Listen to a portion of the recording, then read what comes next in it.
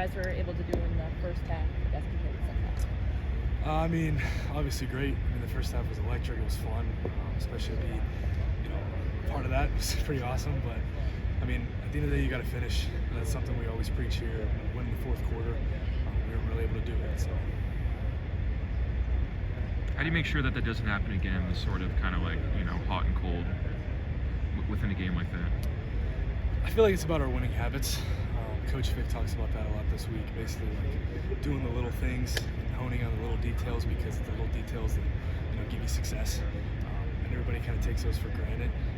But I mean, at the end of the day, doing the consistent, right thing over and over again is what's going to bring you success. And we got to make sure we hone on those little details. Yesterday, Fickle was talking to us in the press conference about the need to kind of maybe simplify the running back room a little bit, kind of make it a little bit more hierarchical, just in order to develop a rhythm. Do you feel that? Or do you agree with that? Do you feel that it would benefit the running backs to kind of get more, for things to be a little more hierarchical in order to develop a rhythm? I mean, I don't know, to be honest with you. I'm just going to play my game. I know the other guys are going to play theirs. I'll let them coach and do their job. I'm going to try to do my job the best of my ability. We'll see how it plays out. Do you think you benefit from getting, being able to stack runs on top of each other rather than just kind of randomly? Do you think that helps? I mean, yeah, I'd say so. I mean, for example, in the game, if you get the ball and you're kind of driving down the field, I guess my one drive I had against Bama, it gives you a lot of confidence as a player. It's you start making plays, you start, knifing through the defense, it gives you a little bit of swag to you. I can't agree with that. It gets you going, gets the rhythm going. But I mean, I feel like for a player to stand up there and say oh, I need more carries to do better, I feel like it's kind of a lame excuse personally. Yeah.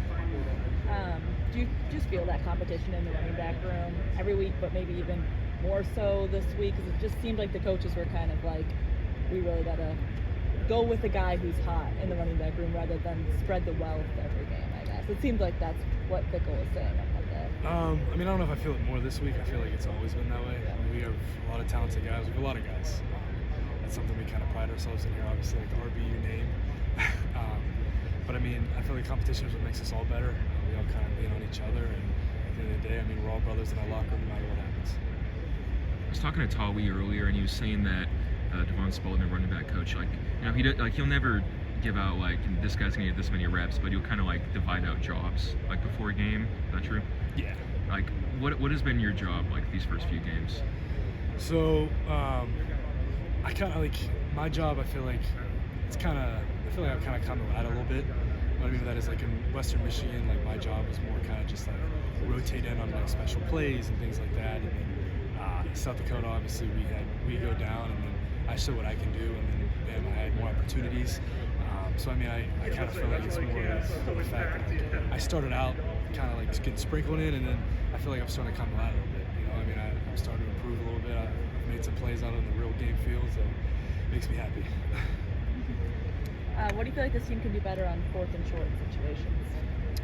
I'm gonna leave that up to Longo. Yeah. I'm not a coach. I'm just gonna look at this thing. I'm gonna allow him to play football. I mean, at the end of the day, you gotta execute. Whatever's called is called. But at the end of the day, you gotta win your one-on-one matchup. Speaking of that, I mean, that decision did inspire quite a lot of bit of chatter on social media and whatnot. How do you tune that out as a player? I just don't look at it. I never click on Twitter ever. Not saying that I don't love the people that say the nice things about me, but I know there's others. But I mean, I just try not to look at it. I try to just focus on myself and what I can do, what my coach tells me to do. Because I feel like if you look at that, you can start spiraling your mind a little bit in weird ways. And, I mean, you say it doesn't impact you, but when you look at some of the things, you're like, it can start to make you think a different way than what you should think. So honestly, I don't even look at it. I wish I could delete Twitter. What I honestly do is you can put apps in a little thing and scroll through and just put it try to hide it. That's pretty much what I do. You take it out of your home screen too. You can even just yeah, I try to hide it honestly. So are you aware of what he's referring to with that Twitter stuff, or you're so disconnected that you? No, I am aware just because some players have told me about it. About talking about the shotgun thing. Yeah, I am aware of some of the players told me about it, but I mean, like I said, I'd never click on that app unless someone tags me. So I mean, if someone really wants me to see it, I guess tag me. But besides that, I never really click on it. What effect does that have on the locker room? Just kind of a sudden onslaught of noise from the outside? Like you may not be on social media, but that's not true for other guys. I feel like it all depends on the person. I mean, I feel like everybody's raised you can't care what people think, you can't care what people say, but at the end of the day, I mean, when you look at it, it can nub you in a certain way. I mean, at least right now, I don't think it's really messing with the guys for the most part. I feel like most guys are actually like me, and they try to stay off of it. But I'd say the handfuls that kind of do look at it, they're the guys, I guess, that, they're the ones that look for it. So they're the ones that gotta like kind of flush it and realize like where your credibility lies, and then go from there. What are you seeing from Purdue in their defense? They like to play 5 up, which is kind of unique. Like they'll get like mid front. So they only have really one backer in the box for the most part, unless we put a tight end in for 12 personnel. So it's honestly what gets me really excited is you get to the first level, now you're just one-on-one. So there's a lot of explosive plays out there. They also play a lot of man coverage. So for a guy like me that kind of prides himself in route running and stuff, that gets you excited. One-on-one matchups, things like that. But I mean, there's just a lot of space and there's a lot of explosive plays to be made. Me, obviously, as a running back, it's just gets me a little greedy. But I'm excited for it. We'll see how it goes. The last one. You mentioned just one more. That first half against USC. Does that like give you excitement, just knowing maybe what this offense is capable of? Yeah, I mean, I felt like I always knew we were capable of that. It was more just the fact that we had to put it on film again. And I mean, it's electric. Like it sparks the defense, it sparks everybody. It gets like the crowd into it too.